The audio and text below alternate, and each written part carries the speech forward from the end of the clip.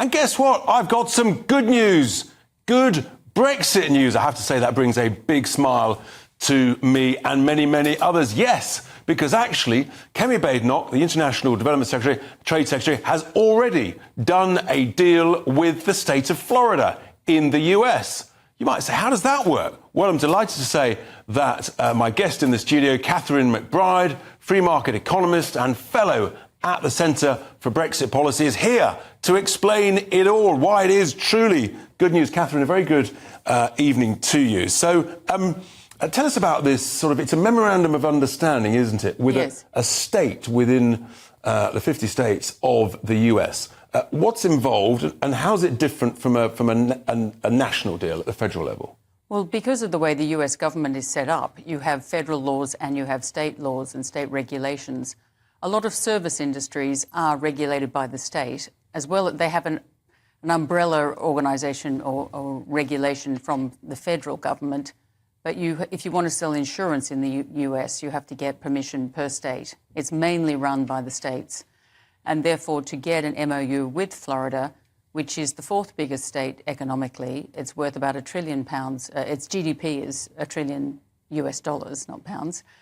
It's as big as Spain. You know, this is a big Just deal. think about that. I mean, that's extraordinary. People might be saying, well, why is it good news a state in the US? But where you've got a state like Florida, whose economy is as big as the whole of Spain, actually is really significant. It's very significant. And also, they deal in two industries we're very good at.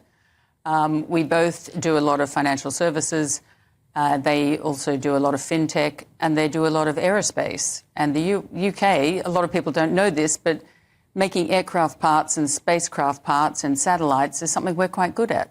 That's absolutely right. So from that perspective, it's a real opportunity for us. It is a very good opportunity. Absolutely fantastic. The government's been moving around so much, it's hard to actually keep up with all the different appointments. I think I may have maligned Kemi Badenoch. I think she's now the business secretary, but it really is hard to keep up with all It's these... actually called the Department of Business and Trade. It's business and trade, and it changes every other month as far as I can see. Yes. But this is good news, and this is I think it's the seventh state deal that's been done. When does this memorandum of understanding turn into an actual legally binding deal?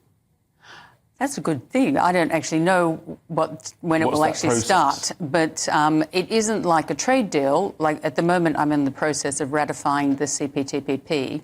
I'm on the Trade and Agriculture Commission. We scrutinise the deals.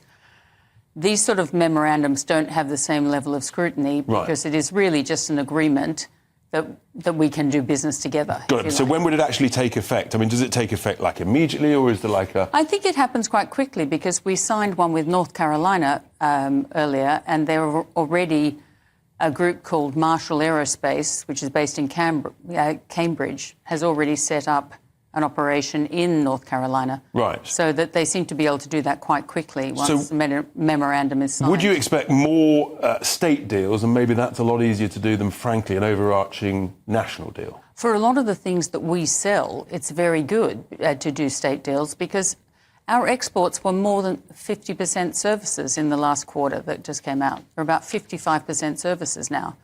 So if you want to sell financial services, insurance, pensions, that sort of thing, which is what we're good at, other business services like legal and consulting, you need to deal with the states and computer programming. Well, I think it's really important, and I think it's good to celebrate good news. Frankly, it is very good, and it's part of the the Brexit opportunities that slowly, frankly, far too slowly, in my view, the government's taking advantage of. Well, the Trade Department is doing incredibly well because besides these deals, they're renegotiating with Switzerland and Canada and Mexico and South Korea.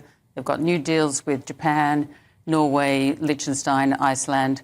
They're doing new deals with Israel and Lots India. of other states. Catherine's got all those details. I tell you what, folks, we'll get it back to highlight Brexit good news. There's some of it out there, and we need to celebrate it. Catherine McBride, thank you so much for joining us here on GB News.